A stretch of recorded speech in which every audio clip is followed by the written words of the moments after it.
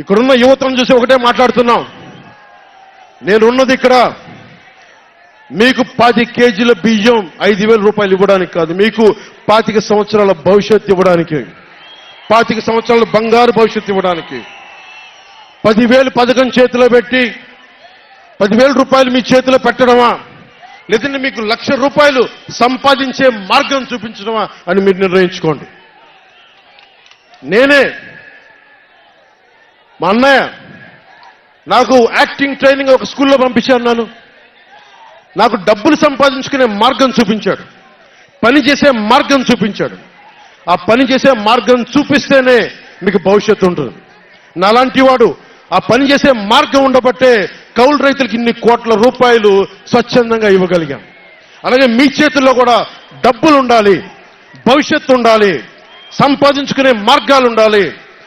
నేను ఎందుకు చంద్రబాబు నాయుడు గారితో పొత్తు పెట్టుకున్నా తెలుగుదేశంతో అంటే, ఆయన ఒక నవ నగరాన్ని నిర్మించిన వ్యక్తి, ఉపాధి కల్పించిన వ్యక్తి, పారిశ్రామికవేత్తల్ని తరలించిన వ్యక్తి, స్వచ్ఛందంగా వచ్చిన వ్యక్తి. ఆయన అనుభవం చాలా కావాలి రాష్ట్రానికి, అందుకనే పొత్తు పెట్టుకున్నాం.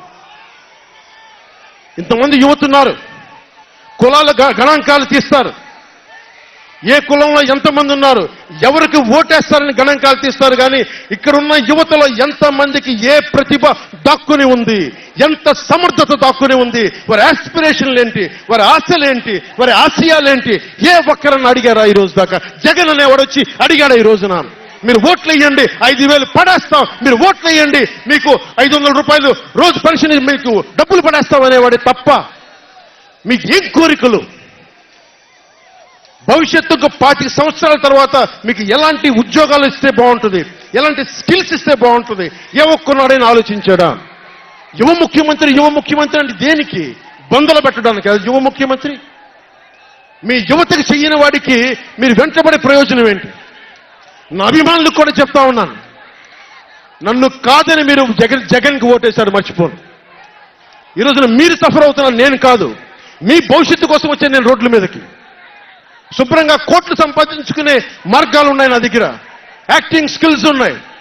అన్ని కాదనుకొని ఎందుకు వచ్చారంటే, నన్ను నేలే, మన మనుషులే, మనవాళ్లే, తప్పన పెడితే నేను 2 చోట్ల ఓడిపోయాను. 2 చోట్ల బాధ లేదు, నిలబడ్డా. 2 చోట్ల ఓటమి బాధ మీకు ఎలా ఉంటుందో తెలుసా?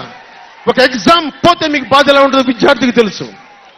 అలాంటిది నేను 2 చోట్ల ఓడిపోతే నేను నిరాశ, నైరాశ్యం, బాధ ఉండింది. ఒకటే గుర్తుపెట్టుకున్నా, డర్బన్లో దక్షిణాఫ్రికాలో గాంధీని ట్రైన్లోంచి గెంటి వేయబడ్డ గాంధీ గారు గుర్తొచ్చారు. ఏ ఆటుపోట్లు తీసుకోకుండా మన పార్టీని నడపలేం, అవమానాలు తీసుకోకుండా ముందుకెళ్ళలేం. వారందరినీ స్మరించుకొని వారి స్ఫూర్తితోటి ఈరోజు నిలబడే ఉన్నాం, బలంగా నిలబడి ఉన్నాం, ఒక కంటకుని ఎదుర్కొంటా ఉన్నాం. మీరు చెప్పండి, మీకు కాంటాక్ట్ సర్టిఫికేట్ కావాలి ఉద్యోగాలకు వెళ్ళాలంటే? మీరు ఉద్యోగాలకు వెళ్ళాలంటే కాంటాక్ట్ సర్టిఫికేట్స్ కావాలి, పాస్పోర్ట్ కావాలంటే మీ ప్రవర్తన ఎలాంటి ప్రవర్తన కాంటాక్ట్ సర్టిఫికేట్లు కావాలి. ఒక ముఖ్యమంత్రికి కాంటాక్ట్ సర్టిఫికేట్లు అవసరం లేదు. ఎన్ని కేసులున్నా పర్లా, ఈ ఉండే గూండా ఎమ్మెల్యేలకి ఎన్ని దోపిడీలు చేసినా వాడికి కాంటాక్ట్ సర్టిఫికేట్ అవసరం లేదు. పోలీసు ఉద్యోగానికి వెళ్ళాలంటే కాంటాక్ట్ సర్టిఫికేట్లు, చిన్నపాటి ఉద్యోగం కావాలంటే కాంటాక్ట్ సర్టిఫికేట్లు. కానీ మనల్ని పాలించే ఈ వైఎస్ జగన్కి, వీళ్ళ అనుంగులైన ఈ దాష్టీకుల సమూహానికి కాంటాక్ట్ సర్టిఫికేట్ అవసరం లేదు. మనకి కాంటాక్ట్ సర్టిఫికేట్లు ఇచ్చే నాయకులు మనకంటే ఉన్నతంగా ఉండి తీరాలి. మీరు అలా కాకుండా దోపిడీగాళ్ళని, దొంగల్ని ఎన్నుకుంటే మనమే బాధపడాల్సి వస్తుంది ఈ రోజున.